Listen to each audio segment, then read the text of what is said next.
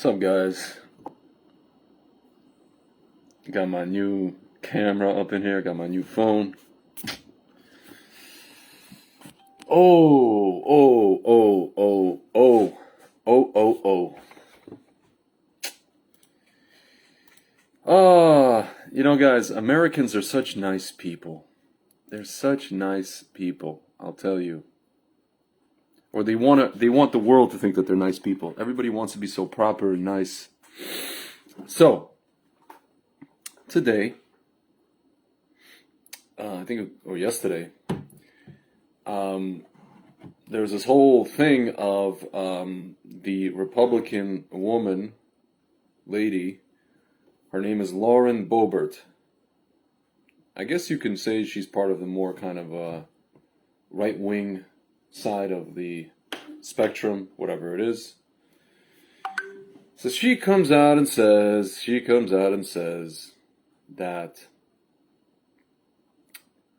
she tells a story how she got in an elevator and she was talking about, the Jihad Squad. Ilhan Omar, Rashida Tlaib, AOC, etc., etc. And then she actually says that she saw Ilhan Omar get into the elevator, and she made a joke like, "Oh, she doesn't have a backpack, so we don't have to worry about, whatever it is." Wait a second, guys. Okay. She doesn't have a backpack, right?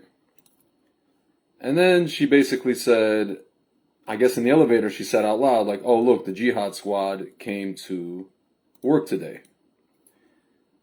And of course, my friends, what do you think happens? Everybody's offended.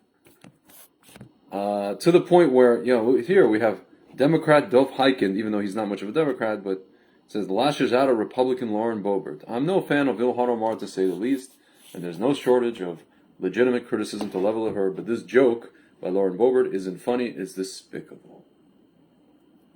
Disagree vehemently with your colleagues, but don't resort to grotesque stereotypes to score political points. Guys, this is the problem, guys, and I think that our friend Dov Hikind, unfortunately, he's been living in Gullus for too long, honestly, guys. Because I'll tell you, first of all, guys, when we get, when the West gets into I guess this kind of apologetic pretzel with itself, right? It starts twisting itself into this wonderful apologetic pretzel. Guys, I'll tell you something. The world, I got my friend over here. He agrees. All right? The world is laughing, guys. The world is laughing at us. Because, guys, they don't really care. You understand? They don't really care. They're going to be who they're going to be. Ilhan Omar is a spy. Exactly. See? It was in Russian, направда. He just said amen to that. Let me let this guy out. Let him out over here. Yeah, let's go, my friend. Yeah, no, this way, not that way. No. You know what Adam Sandler said? No, not that way, the way you came in. There you go. Guys, Ilhan Omar, this person is a spy. She's paid to do what she's doing by the government of Turkey, as well as other governments, as other entities. For sure, we know Erdogan is paying her. She's on the take. So, my friends, she's out to do a mission. Yes. And all this Lauren Boebert lady is doing is calling out Ilhan Omar for who she is. Just one second, guys.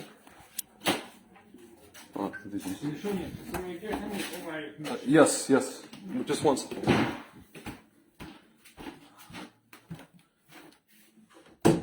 She's calling her out for who she is, guys.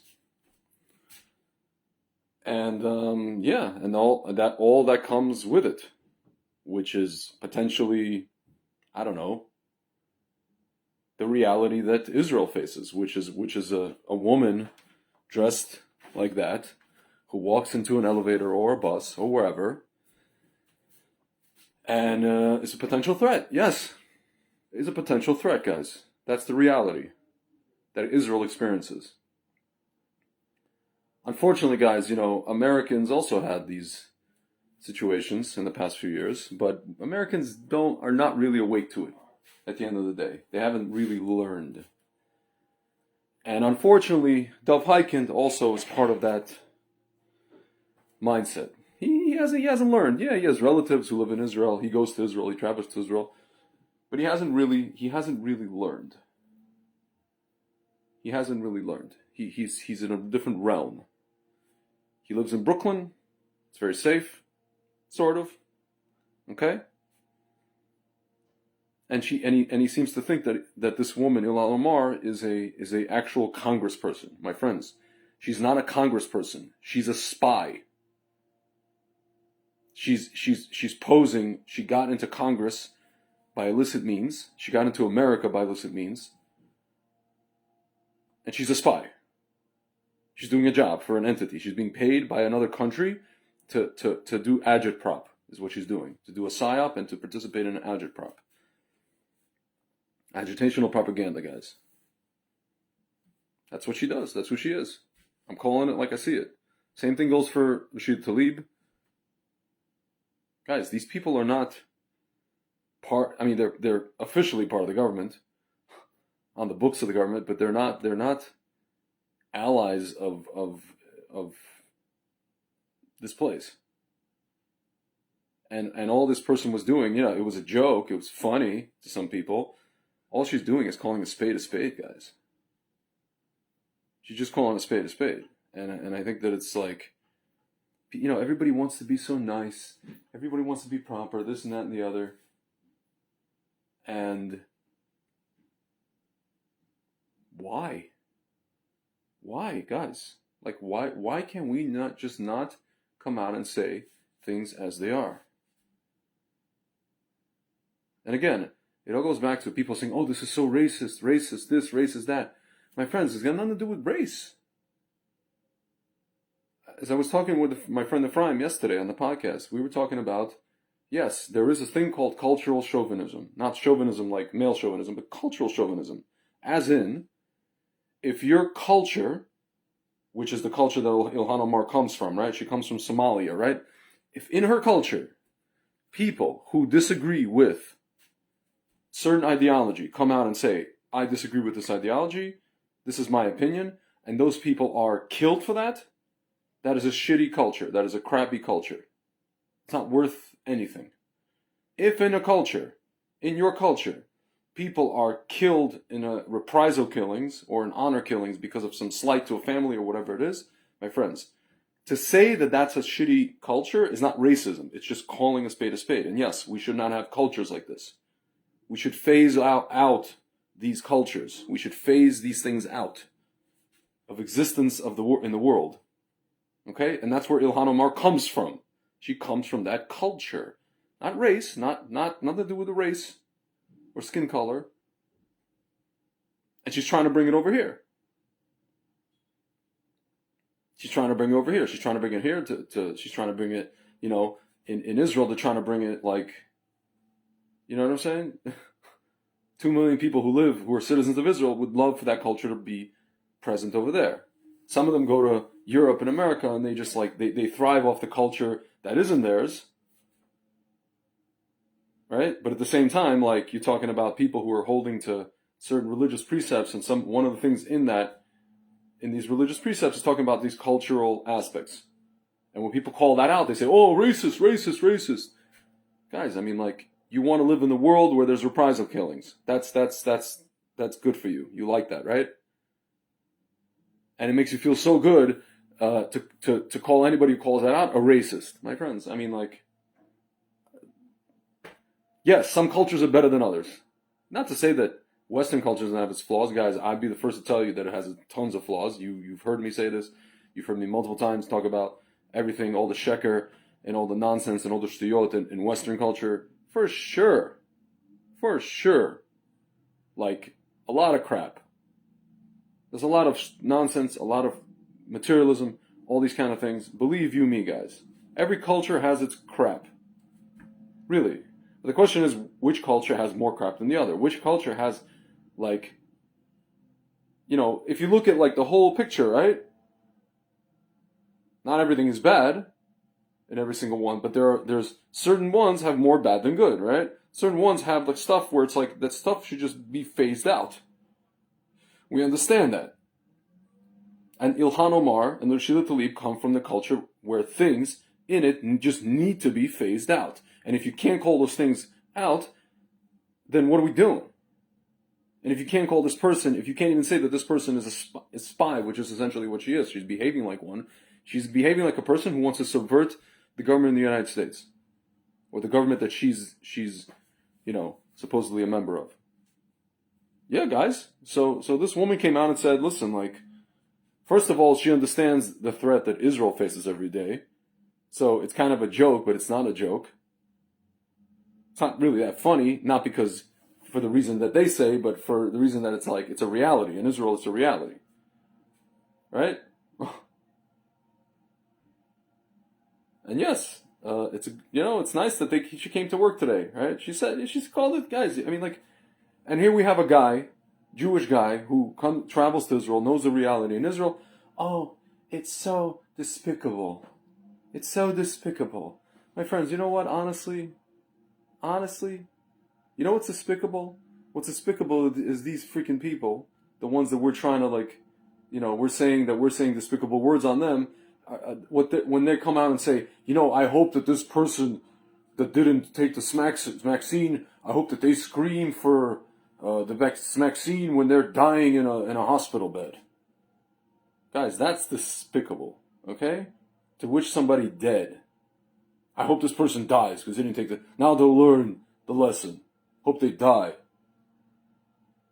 My friends, there's jokes that are just like kind of innocuous, and there are jokes that are like curses, right? They're like the opposite of a bracha. It's like giving somebody it's like cursing somebody, giving somebody a klala. In Hebrew, we call that. And then there's just like these kind of jokes, Guys, I mean, like, we've gotten to a point in society where everybody is just, if they don't find anything to be offended about, they're gonna invent it. They're gonna invent something to be offended about. You know what I'm saying? People wake up in the morning and they're bored to death. Their life is dull. They have no meaning. It's like, how can I get meaning in life?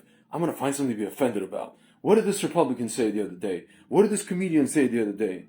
What did this guy say? What did Dave Chappelle say? Oh, snap. He said that. Oh, hashtag. Cancel.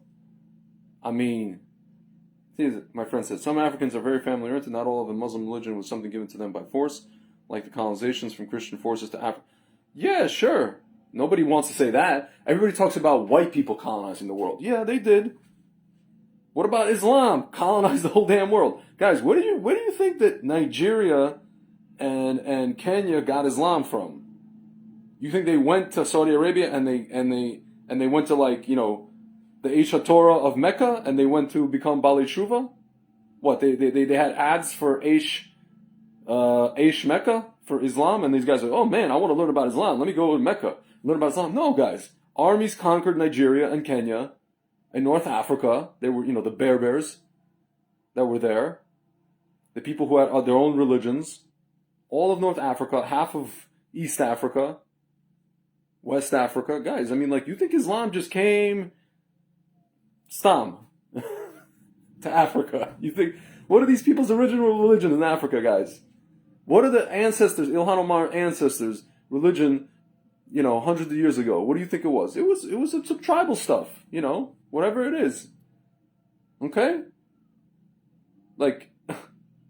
Yeah, Christianity conquered that stuff too. Conquered Africa too, but it wasn't the only religion that conquered Africa. As you can abundantly see. North Africa, East Africa, West Africa. Christianity got mostly to the southern part of Africa. As you can see. And everybody's like, oh, Christianity, apartheid, Okay, yeah, that exists, but guys, look at the rest of Africa. Look at the rest of it. You know what I'm saying? So, yeah, guys, I mean, we have there's a person in the American Congress who basically is a plant. She was planted there by the Islamic world. She's being literally, it's known. I'm telling you a fact right now. You can go verify this. She is being paid a salary by the president of Turkey and other entities. It's just a fact. It's a refutable fact. This is known. Okay? And her and this other woman and a couple other people, they're basically trying to subvert the government that they're sitting in. These are people who are trying to subvert it from within. They understand that America cannot be defeated militarily from without. It can be the only way that the country like this will collapse, a government like this will collapse or start rotting, is from inside, from internally. When you sow division, when you start, doing agitprop, when you start calling these people like this, and these people are racist, and these people are this, and these people are that, and pitting people against each other. Guys, I mean, like, this is what they've been doing for the last few years. And it didn't begin with Trump, by the way. It began way before that. Trump just kind of came in and he exposed that stuff, and then they went again, and then you could actually see that in action in the open now. It's all out in the open. That stuff was going on for years, guys. These people were given they were given a platform by Mr. Shmomama, the guy before. Okay? And the people before him. Believe you me, guys. Anyway, guys, it's just funny to me. Like, it's like Daffy Duck. This guy comes out. Dov Hiken. Dovey Duck. It's despicable. It's just despicable. Man, go to Israel, bro. We just had an attack in the old city of Jerusalem. Granted, in the Arab quarter, in the Muslim quarter. Go to Israel right now. Go to Israel and see what's up over there. And then let's talk about jokes about backpacks. You know what I'm saying? About women wearing a niqab and a backpack. Because in Israel, my friend, that stuff ain't a joke, bro. That stuff ain't a joke. Here it could be a joke. Funny, not funny. But wait till it happens here. Yeah, and in Congress. You know what I'm saying? Has for shalom. We can only joke here. Here it's still a joke. Yeah, not funny, whatever. It's a preference. I love it. People like... There's like arbiters of comedy now. That's not funny. That's not funny. Who the fuck died and made you the judge of freaking, Stand Up New York? What's that show? Forget the name of that show with the comedians, to compete, whatever it is. You know what I'm saying? Anyway, guys, it's just I just find it astounding. I just find it really astounding. You can't say a joke anymore. You can't say anything anymore. We're done. We are done. And unfortunately, there are people who supposedly on our side who have to oh, come on, let's just be nice. No. We're nice. There's such a thing as being kind and doing good deeds, but being fake nice is not being nice. That's just being fake. Take it with the word nice. All you're doing is you're being fake. And that's basically it. And my friends, I suspect that part of the reason that Mr. Orange Man Bad was elected was because people are just tired of the fakeness. They're tired of being fake. Americans don't want to be fake. Because at least half the country, you talk to people, they're fake. And Baruch Hashem, actually, that this pandemic happened and all the masks came off. The masks came on, but then the mask came off. And everybody started being real. You know what they say? What was that show? Real World? MTV? Everybody's nice until it's time to get real. Something like that. I'm just paraphrasing. Yeah, guys, everybody's nice until it's time to get real. And, let's just be real. Let's just be real. Let's stop with this despicable freaking Daffy Duck with his bill on the back of his head. Seriously. Just grow up. Everybody just needs to grow up and wake up and smell the coffee and smell reality. Okay? Because the reality in Israel is that there are women like that with backpacks. Could be in an elevator, on a bus, okay? And that's what it is, guys. Don't be offended. Just be awake and be vigilant. That's it. All right, guys. Shabbat shalom.